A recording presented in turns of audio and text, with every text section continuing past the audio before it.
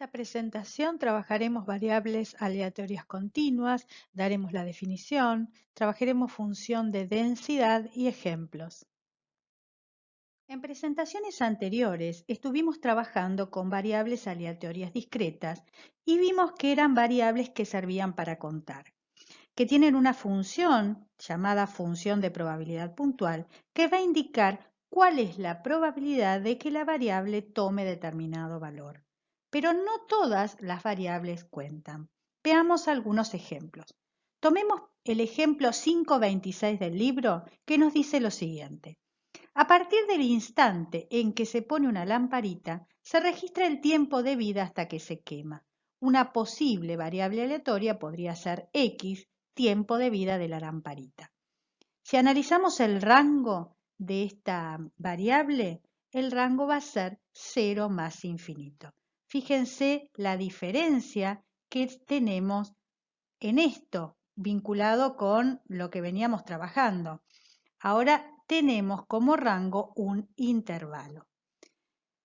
El ejemplo 5.27 nos dice, se elige un número al azar en el intervalo cerrado 0,1 y una variable aleatoria asociada a este experimento podría ser la variable i, número elegido. Nuevamente, analizamos el rango de i es el intervalo cerrado 0,1. Nuevamente surge un intervalo como rango de la variable.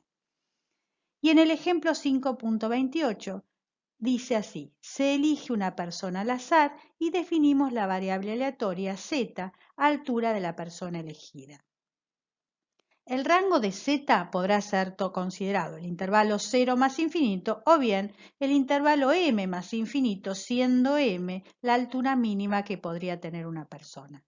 En estos casos, las probabilidades puntuales son todas 0. Veamos estos ejemplos. La probabilidad de x igual 4,013597 es 0.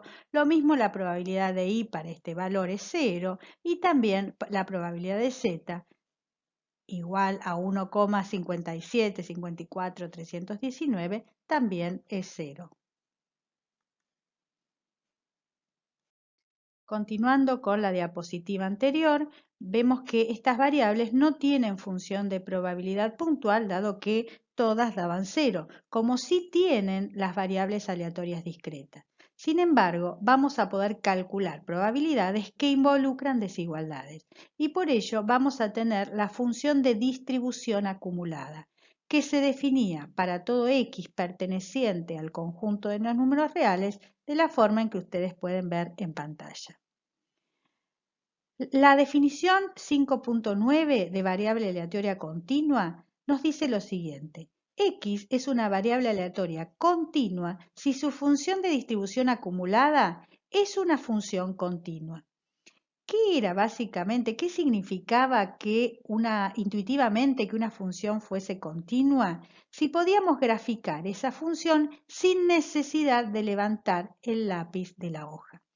Con esta definición, como esta definición implica poder calcular la función de distribución acumulada, que no es una tarea sencilla, en la práctica diremos que las variables cuyos rangos no son finitos ni numerables serán consideradas continuas.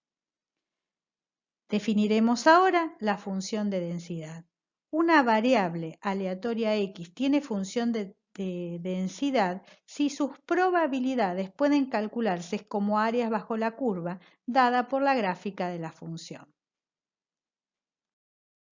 Veamos la propiedad 521. Una función es una función de densidad de una variable aleatoria si se cumplen dos propiedades.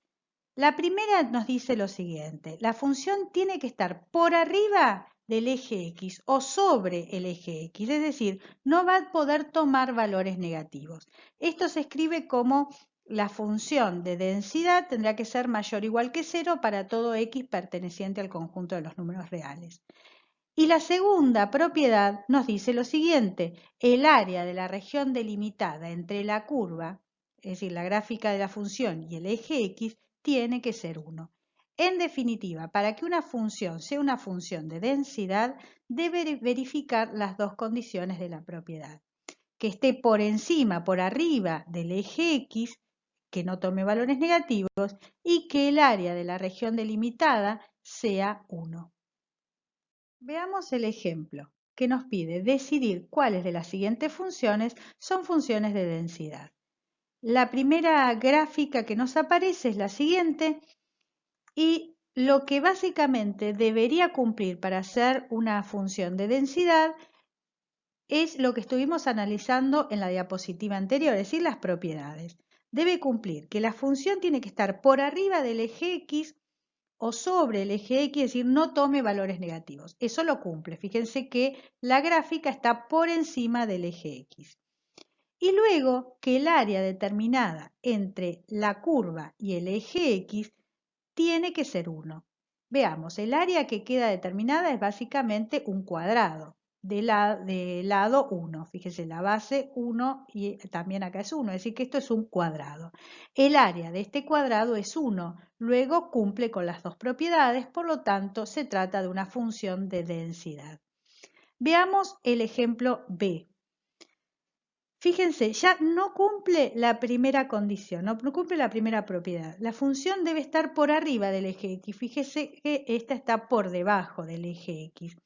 Es decir, que esta función no es una función de densidad. Veamos el ejemplo C. La gráfica es la siguiente. Analicemos. ¿Cumple la primera propiedad? La respuesta es que sí, dado que la primera propiedad nos pedía que la curva esté por encima del eje X y esto se cumple.